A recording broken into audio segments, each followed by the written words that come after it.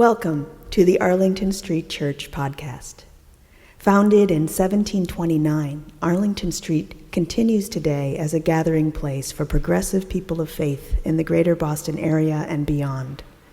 We are located at the corner of Arlington and Boylston Streets, across from the Public Garden in Boston, Massachusetts. Please visit ascboston.org for more information about this historic Unitarian Universalist congregation.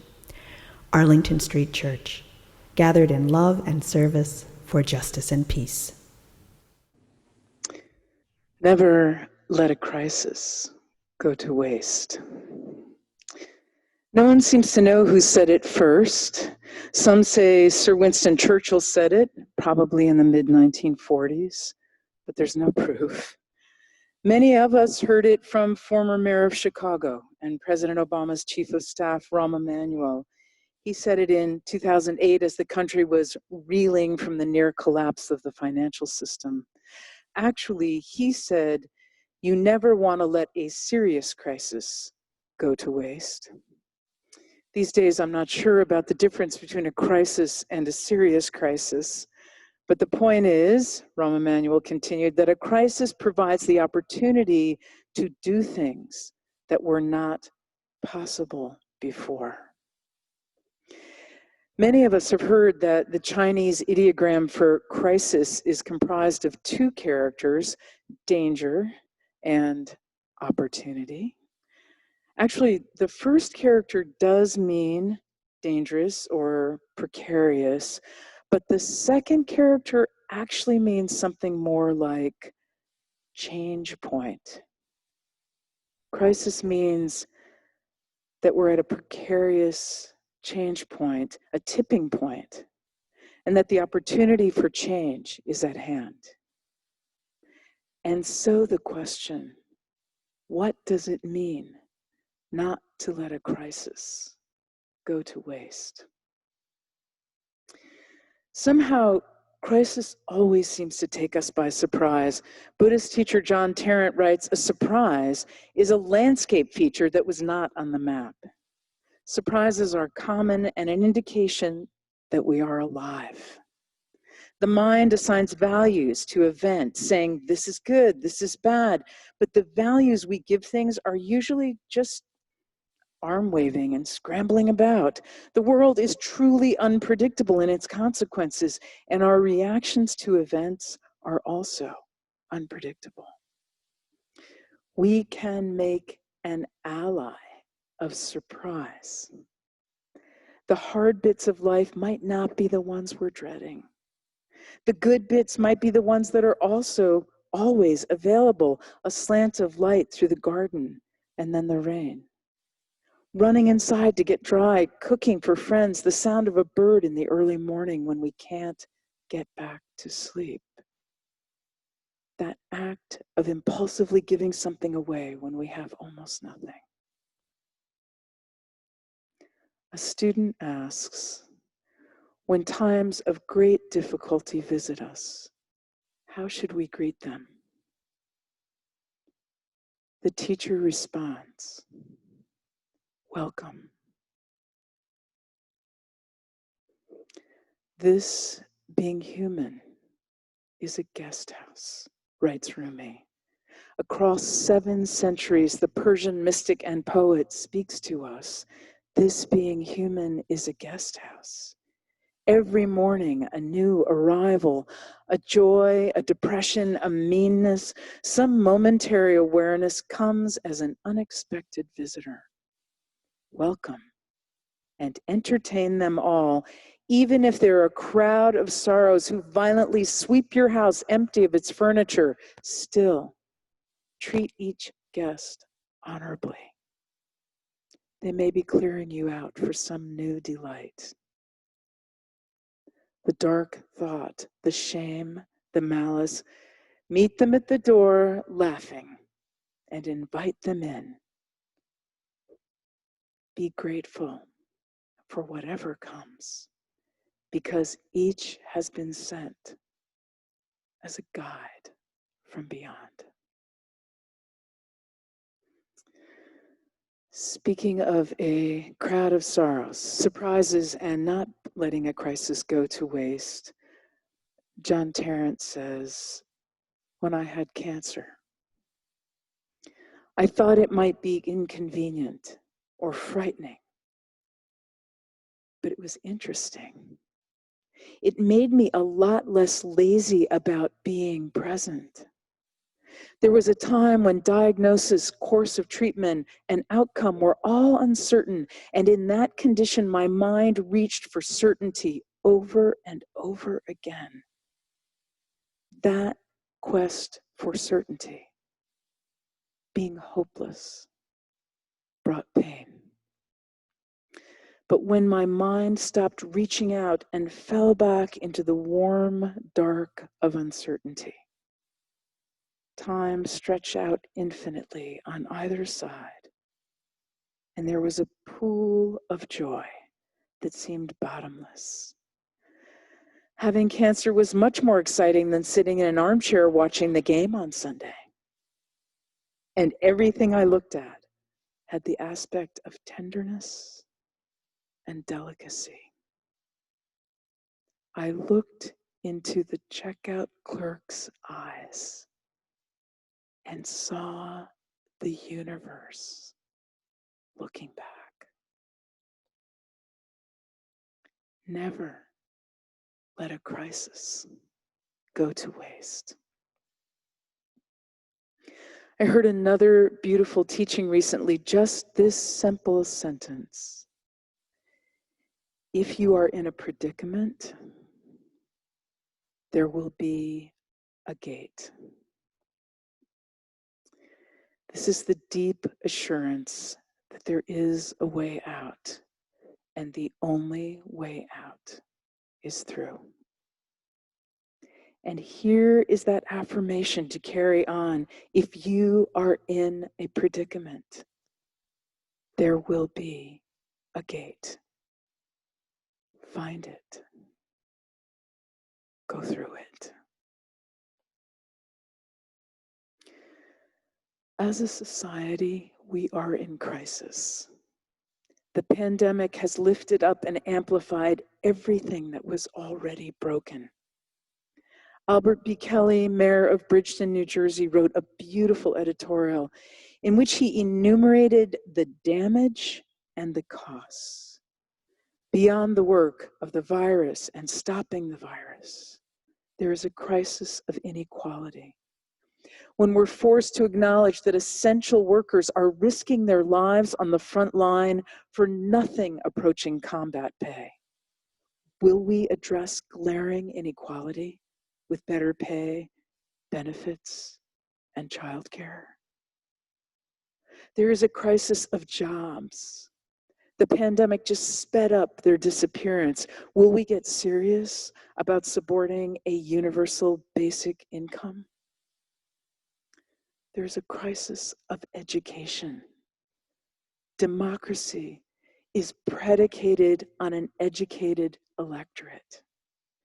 As learning is forced out of the classroom and onto the internet, the pandemic has opened a yawning chasm between the digital haves and the digital have-nots.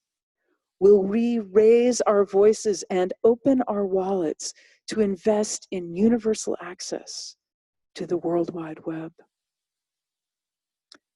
And first and last, there is a crisis of racism and policing. Will white people look hard and long at the ways Black and brown bodies have been criminalized?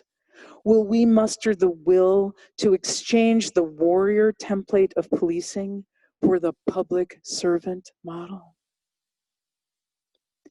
Given that the response to crisis is the responsibility of both the government and the governed, each of us is called, both individually and collectively, to help move this society toward justice and peace. Where to begin? Find the gate. Go through it.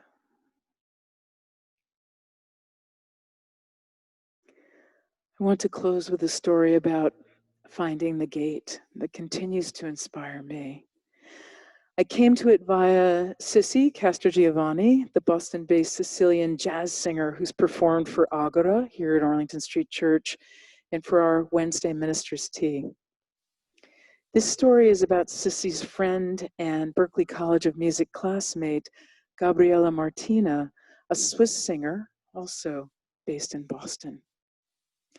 In early March, boxes of freshly pressed CDs and vinyl records were delivered to Gabriella, her latest album, Homage to Gromley. The culmination of 2 years of production, the album is a tribute to her childhood home near Luzerne in the Swiss Alps, where her parents raised cows and grew organic vegetables for 45 years. Gabriella describes it as paradise. On the album, Gabriella combines her love of American jazz with Swiss folk traditions, mixing in cowbells, accordion, and yodeling. She and 6 bandmates were booked to leave on March 10th for a 9-concert tour in Europe. On March 9th, COVID-19 canceled the tour. Gabriella lost $30,000, as well as all the gigs she had booked in 2020. Undaunted, she began to cook. And very quickly, she mounted a new mission, which she calls Dinner with My Neighbor. So it's very simple. She explains, I cook, and I invite somebody who would like to eat with me. Then they come and pick it up, and as soon as they're home, they text me. And then we Zoom or FaceTime with each other.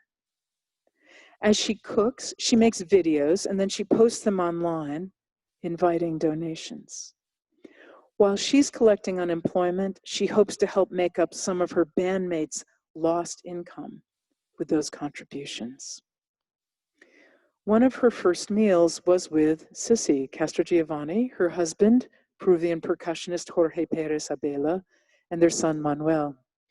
What is this? Sissy asked Gabriella. It was smelling so good, I was in the car trying to guess. Gabriella has made a dish called serrosti from her region of the Alps, a plate-sized hash brown with a thin slice of ham, cheese, and a fried egg. Jorge finds it delicious. By May, Gabriella has tried more than 70 recipes on mails for friends, students, and colleagues, everything from traditional Swiss dishes to pasta with fresh pesto to sushi, serving more than 100 guests from 23 countries. She compares improvising with ingredients to what she does in her real life as a jazz musician. Eating together, like making music, is a social ritual. Gabrielle is especially attentive to inviting guests who are living alone to join her for dinner, explaining that now more than ever, it's critical to nurture human connections. As much as it is cooking for somebody, she says, it's also just really being there for somebody. Yes, we cannot hug somebody. We cannot hug each other, but let's stay connected. It's just caring and sending a little bit of kindness into the world. Gabriella Martina hopes Dinner with My Neighbor inspires all of us to eat and visit together while apart. Beloved spiritual companions, never let a crisis go to waste. When times of great difficulty visit us, say welcome. They may be clearing us out for some new delight.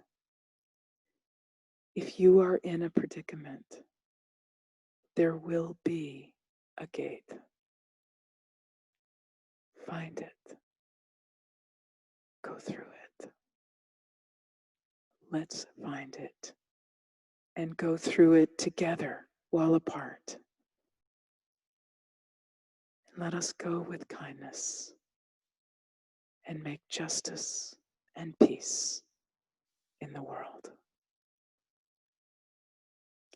Amen.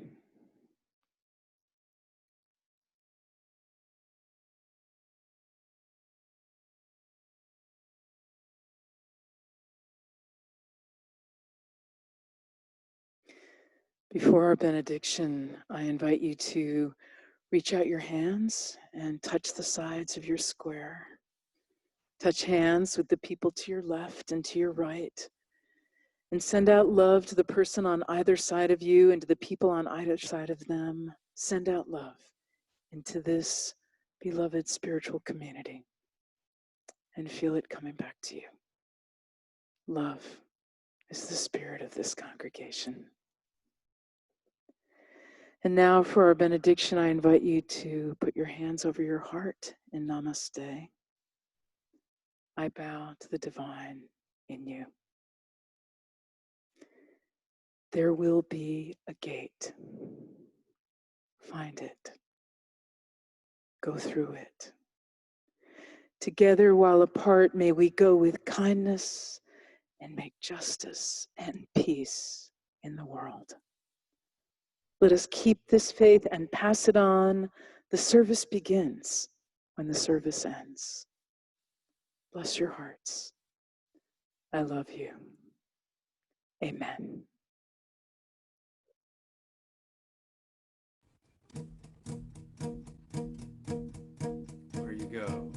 Where you go, I will go, beloved.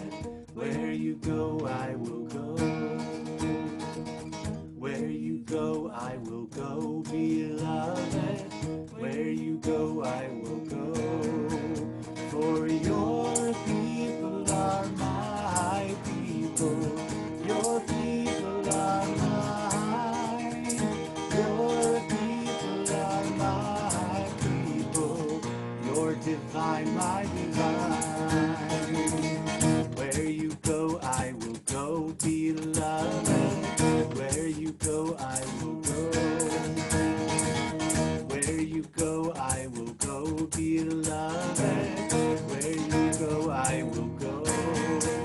For your people are my people. Your people are mine. Your people are my people. Your divine, my divine.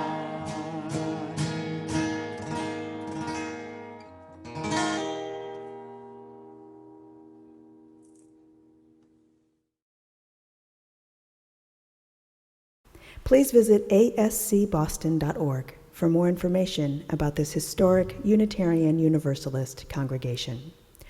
Arlington Street Church, gathered in love and service for justice and peace.